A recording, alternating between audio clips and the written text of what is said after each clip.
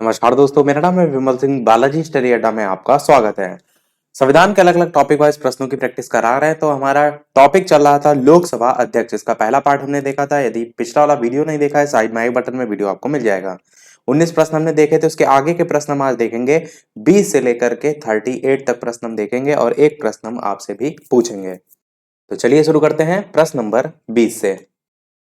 तो 20 नंबर का प्रश्न है कि निम्नलिखित में से किस समिति जो है उसका पदेन अध्यक्ष लोकसभा अध्यक्ष जो है वो होता है।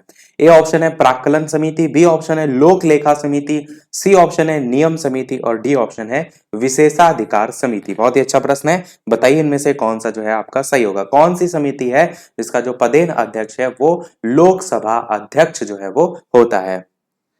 तो चलिए आंसर की बात करते हैं। ऑप्शन एबीसीडी में से कौन सा सही हो जाएगा। तो आपका ऑप्शन सी वाला यहां पर सही होगा, यानी कि जो नियम समिति है इसका पदेन अध्यक्ष लोकसभा अध्यक्ष जो है वो होता है। अब ये जानना भी जरूरी है कि नियम समिति आखिर होता क्या है। तो नियम समिति जो है राज्यसभा जो है उसके प्रक्रिया और जो कार्य संचालन है उसके संबंधी जो विषय हैं उन मामलों पर विचार करती है और नियमों में अगर कोई संशोधन करना हो अथवा परिवर्तन करना हो या आवश्यक समझा जाए तो उसके संदर्भ में सिफारिश का कार्य भी जो है वो करती है। और जो प्रश्न पूछा गया था पदेन अध्यक्ष लोकसभा अध्यक्ष होता है, ये ध्यान रखिएगा। नियम समिति के वर्तमान में जो है वो श्री ओम बिरला जो है वो हो जाएंगे। और यदि बात करें अन्य ऑप्शन की तो लोकसभा जो समिति है उसमें कुल कितने डिवीजन होते हैं। तो आपका प्राक्कलन समिति, आपका लोक लेखा समिति और तीसरा होता है सरकारी जो उपक्रम संबंधी समिति। तो ये अलग अलग आपका जो वित्तीय समितियां हैं उनके टाइप्स में जो है वो आ जाता है। अगला देखते हैं आपका 21 नंबर प्रश्न कि लोकसभा में, तो प्रश्न आपका है कि लोकसभा जो है उसमें गण पूर्ति कोरम पूरा नहीं होने की स्थिति में जो लोकसभा अध्यक्ष है वो आपको बताना है क्या कर सकता है। सदन का स्थगन कर सकता है, सदन का निलंबन कर सकता है या उपर्युक्त जो है इनमें से कुछ भी कर सकता है या इनमें से कोई नहीं। तो बताइए ऑप्शन एबीसीडी में से कौन सा जो है वो सही होगा। तो चलिए बात करते हैं आंसर की। ऑप्शन एबीसीडी में से तो आपका सी वाला बिल्कुल सही होगा। उपर्युक्त में से कुछ भी जो है वो कर सकता है लोकसभा में यदि गण पूर्ति पूरा होने की स्थिति में, या तो सदन का स्थगन या तो सदन का निलंबन। 22 नंबर प्रश्न है आपका बेहद ही महत्वपूर्ण कि लोकसभा के महासचिव की नियुक्ति जो है वो कौन करता है। उपाध्यक्ष करता है, अध्यक्ष करता है, राष्ट्रपति करता है या शासक दल का नेता जो है वो करता है। तो बताइए इन चार ऑप्शन में से कौन सा जो है वो सही होगा। लोकसभा जो है उसके महासचिव की नियुक्ति जो है वो कौन करता है। चलिए आंसर की बात करते हैं ऑप्शन एबीसीडी में से। तो आपका ऑप्शन बी वाला अध्यक्ष जो है वो बिल्कुल सही हो जाएगा। लोकसभा के जो महासचिव है उसकी नियुक्ति अध्यक्ष जो है वो करता है। और अगर बात करें लोकसभा के महासचिव के बारे में तो लोकसभा का जो महासचिव है वो लोकसभा सचिवालय का प्रशासनिक प्रमुख होता है। लोकसभा जो अध्यक्ष है इसके द्वारा नियुक्त किया जाता है और महासचिव जो है इसका पद भारत सरकार में कैबिनेट सचिव का पद होता है, जो कि भारत सरकार का सबसे वरिष्ठ सिविल सेवक होता है। 23 नंबर प्रश्न देखते हैं। संसद के संयुक्त अधिवेशन में किसी विधेयक पर निर्णायक मत देने का अधिकार जो है वो किसे है। राज्यसभा सभापति को, लोकसभा अध्यक्ष को, लोकसभा उपाध्यक्ष को या फिर प्रधानमंत्री को। तो बताइए इन चार ऑप्शन में से कौन सा जो है वो सही होगा। और चाहे तो एक और प्रश्न यहीं पर याद रख सकते हैं कि लोकसभा के जो महासचिव हैं वर्तमान में कौन है।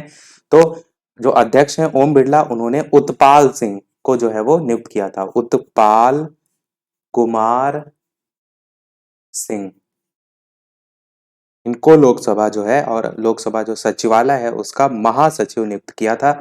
ये कब नियुक्त किया था। तो 1 दिसंबर 2020 में जो है नियुक्त किया था। और इससे पहले इस स्थान पर कौन था।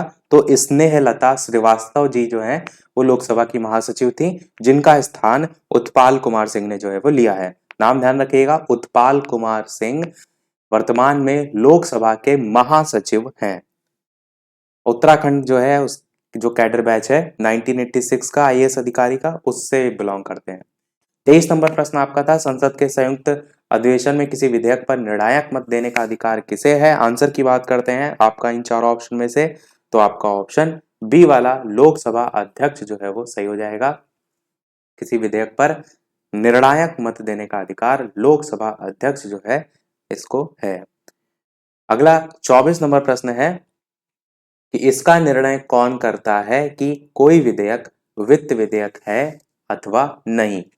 लोकसभा के स्पीकर, राज्यसभा जो है उसके सभापति, राष्ट्रपति या फिर विधि मंत्री। तो बताइए इन चार ऑप्शन में से कौन सा जो है वो सही होगा। बताइए इनमें से कौन सा जो है आपका सही होगा। लोकसभा के स्पीकर, राज्यसभा के सभापति, राष्ट्रपति या फिर विधि मंत्री। इसका निर्णय कौन करता है कि कोई विधेयक वित्त विधेयक है अथवा नहीं। चलिए आंसर की बात करते हैं। तो आपका लोकसभा का जो स्पीकर है ये बिल्कुल सही हो जाएगा। ये जो है वो इस संबंध में निर्णय जो है वो करता है। 25 नंबर प्रश्न है कि कोई भी विधेयक को धन विधेयक होने का अंतिम निर्णय कौन देता है। प्रधानमंत्री देता है या फिर लोकसभा अध्यक्ष देता है या फिर वित्त मंत्री देता है या फिर वित्त सचिव देता है। तो बताइए इन चार ऑप्शन में से कौन सा जो है वो सही होगा। किसी भी विधेयक को धन विधेयक होने का अंतिम निर्णय जो है वो कौन देता है। चलिए आंसर की बात करते हैं ऑप्शन एबीसीडी में से। तो आपका बी वाला ऑप्शन सही हो जाएगा, यानी कि लोकसभा अध्यक्ष जो है ये आपका बिल्कुल सही होगा। किसी भी विधेयक को धन विधेयक होने का अंतिम निर्णय लोकसभा अध्यक्ष जो है ये देता है। अच्छा प्रश्न है, इसको याद रखिएगा। अगला प्रश्न देखते हैं आपका 26। लोकसभा जो है उसका सचिवालय किसके प्रत्यक्ष पर्यवेक्षण एवं नियंत्रण में जो है वो कार्य करता है। ए ऑप्शन है लोकसभा अध्यक्ष, बी ऑप्शन है प्रधानमंत्री, सी ऑप्शन है गृह मंत्री और डी ऑप्शन है संसदीय मामलों का मंत्रालय। साथ ही साथ वीडियो पसंद आए तो लाइक भी करते रहेगा। इसी प्रकार अच्छे अच्छे प्रश्न हम प्रैक्टिस करते रहेंगे। बताना आपको यह है कि लोकसभा का जो सचिवालय है वो किसके प्रत्यक्ष पर्यवेक्षण और नियंत्रण में कार्य जो है वो करता है। चलिए फिर आंसर की बात करते हैं। तो लोकसभा का प्रमुख लोकसभा अध्यक्ष वही बिल्कुल सही हो जाएगा। आसान सा प्रश्न है। 27 नंबर प्रश्न है, निम्नलिखित में से कौन सा लोकसभा अध्यक्ष जो है उसके अधिकारों में नहीं है, आपसे पूछा गया है। ये निश्चय करना कि कोई विधेयक धन विधेयक है अथवा नहीं, क्या ये इसके अधिकारों में आता है। तो बिल्कुल आता है, ए वाला तो अधिकार है। सदन की जो कार्रवाई है, प्रक्रिया है, उसका कार्य संचालन करना ये भी अधिकार क्षेत्र में आता है। क्योंकि प्रश्न में आपसे क्या पूछा, अधिकारों में नहीं आता है। सी कह रहा है वाद विवाद और मतदान में भाग लेना। वाद विवाद में ये तो बिल्कुल ऐसे ही आप काट दी, नहीं भी पता हो अधिकारों में तो भी आप कह सकते हैं ये अधिकार में नहीं होगा। डी ऑप्शन है सदन की समितियों में सदस्यों के नियुक्त करना, ये भी अधिकार में आता है। तो आपका आंसर जो है यहाँ पर सी वाला जो है वो सही हो जाएगा कि सी, इसको नीचे लिख देते हैं। सी वाला जो है आपका सही हो जाएगा, यानी कि वाद विवाद और मतदान जो है उसमें भाग लेना, ये आपका लोकसभा अध्यक्ष के अधिकारों में नहीं है। 28 नंबर प्रश्न आपका है, संसद में कोई विधेयक धन विधेयक है या नहीं, इस पर अंतिम निर्णय कौन लेता है। अभी इस टाइप का एक प्रश्न ऊपर हमने देखा भी था। बताइए वित्त मंत्री, अध्यक्ष, उपराष्ट्रपति या फिर प्रधानमंत्री।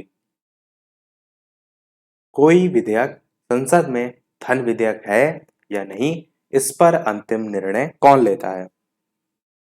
चलिए आंसर की बात करते हैं ऑप्शन एबीसीडी में से। तो आपका लोकसभा का अध्यक्ष ही जो है लेता है। अध्यक्ष आपका बिल्कुल यहाँ भी सही हो जाएगा। अगला प्रश्न देखते हैं आपका 29। भारत में लोकसभा का अध्यक्ष मनोनीत किया जाता है, चयनित किया जाता है, निर्वाचित किया जाता है या फिर नियुक्त किया जाता है। बताइए चारों ऑप्शन में कौन सा सही होगा। तो बताइए इनमें से कौन सा आपका सही होगा। भारत में लोकसभा का अध्यक्ष इनमें से किस प्रकार से जो है वो होता है।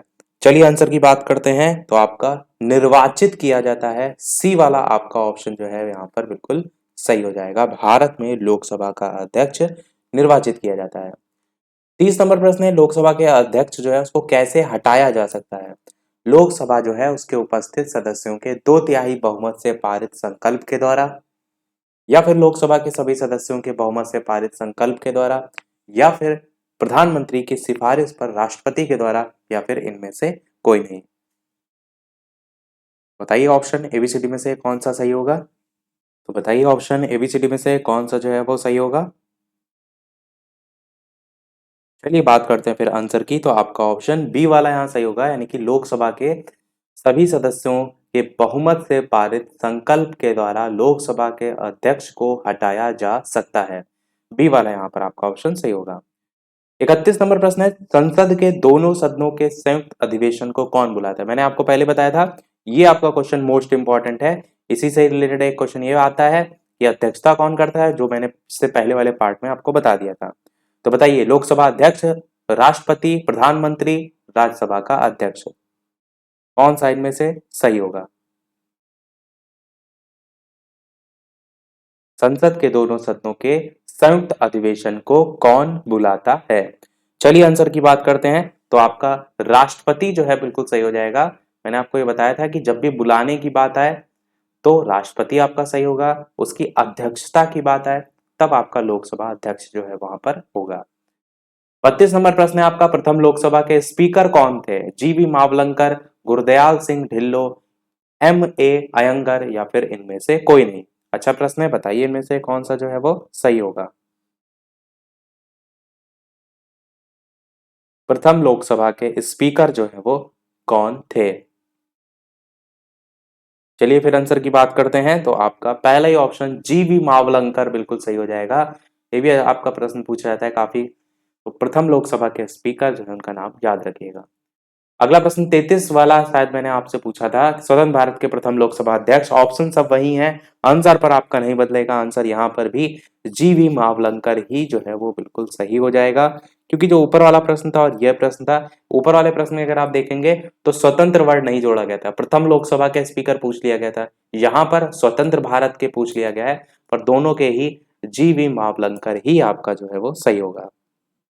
अगला प्रश्न देखते हैं 34, कि भारत के किस राष्ट्रपति ने पूर्व में लोकसभा अध्यक्ष का पद भी संभाला था?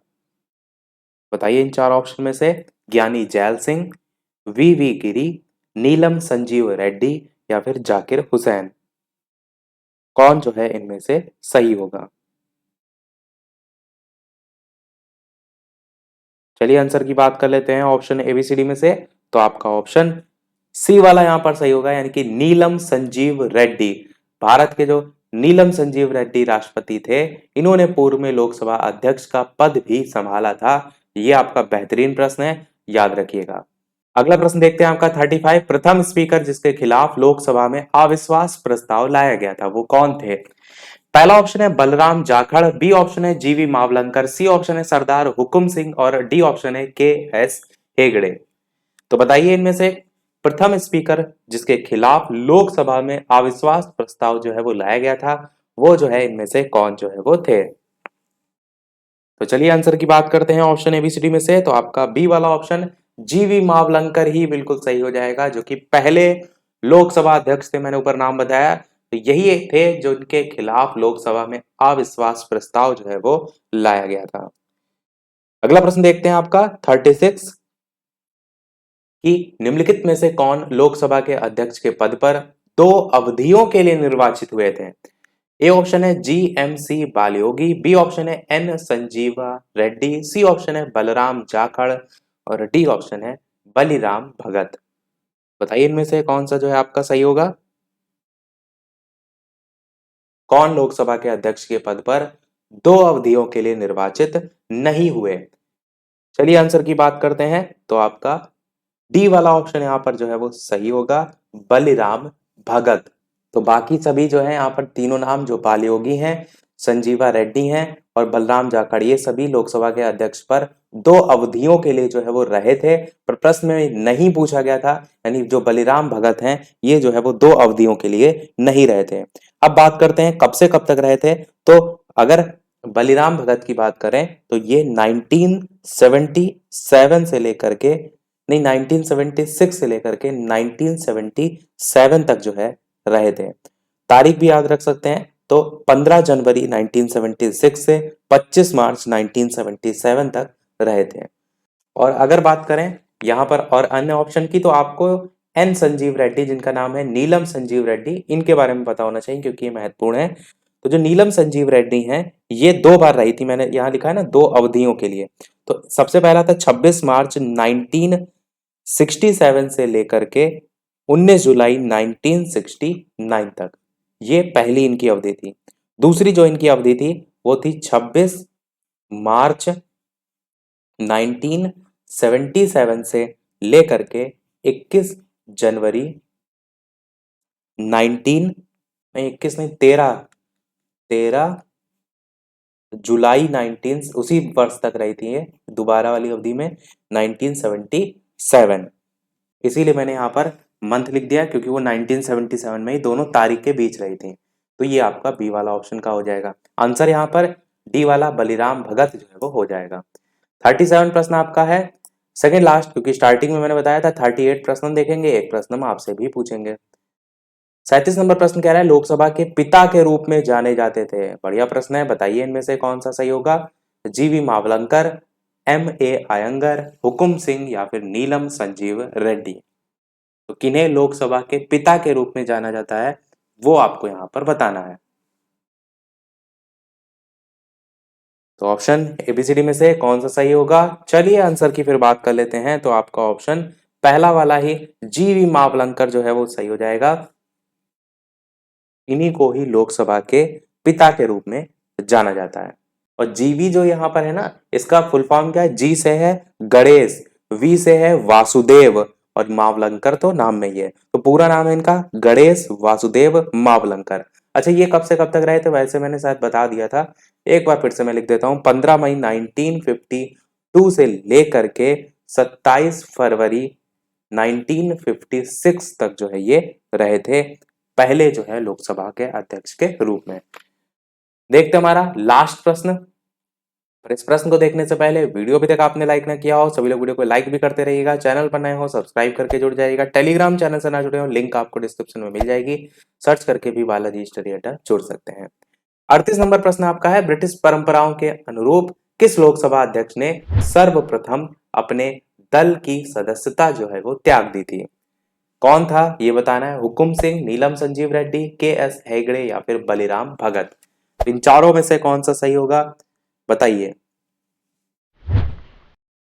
चलिए फिर आंसर की बात करते हैं ऑप्शन एबीसीडी में। तो नीलम संजीव रेड्डी आपका बी वाला ऑप्शन यहाँ बिल्कुल सही हो जाएगा। बाकी इनका टाइम पीरियड मैंने आपको बता दिया। तो ब्रिटिश परंपराओं के अनुरूप ये जो है नीलम संजीव जो रेड्डी हैं, इन्होंने सर्वप्रथम अपने दल की सदस्यता जो है वो त्याग दी थी। बी वाला आपका ऑप्शन यहाँ पर सही हो जाएगा। सभी प्रश्न समाप्त हुए। अब एक प्रश्न आपके लिए भी, जैसे कि सभी वीडियो में हम आपसे एक ना एक प्रश्न पूछते हैं। तो इस वीडियो का आपके लिए प्रश्न है कि लोकसभा के प्रथम उपाध्यक्ष कौन थे। अभी तक तो हम अध्यक्ष की बात कर रहे थे, अब यहां पर एक बढ़िया प्रश्न निकल कर आया है उपाध्यक्ष। तो ये प्रश्न हम आपसे पूछ रहे हैं, इसका आंसर हम नेक्स्ट वाले पार्ट में देंगे। ए वाला ऑप्शन है कृष्णमूर्ति राव, बी ऑप्शन है R.K. खाडिलकर, सी ऑप्शन है हुकुम सिंह और डी ऑप्शन है अनंत शयनम अयंगर। इन चारों में से कौन सा सही होगा, अपना आंसर वीडियो के मेन कमेंट में टाइप करके बताइएगा। लाइव टाइमिंग दो है, दोपहर के 3 बजे, शाम के 8 बजे। तो लाइव आकर भी प्रश्नों देख सकते हैं, प्रश्नों की प्रैक्टिस कर सकते हैं। मिलते हैं फिर अगले वीडियो में कुछ नए प्रश्नों के साथ, नए टॉपिक के साथ। तब तक के लिए नमस्कार, जय हिंद।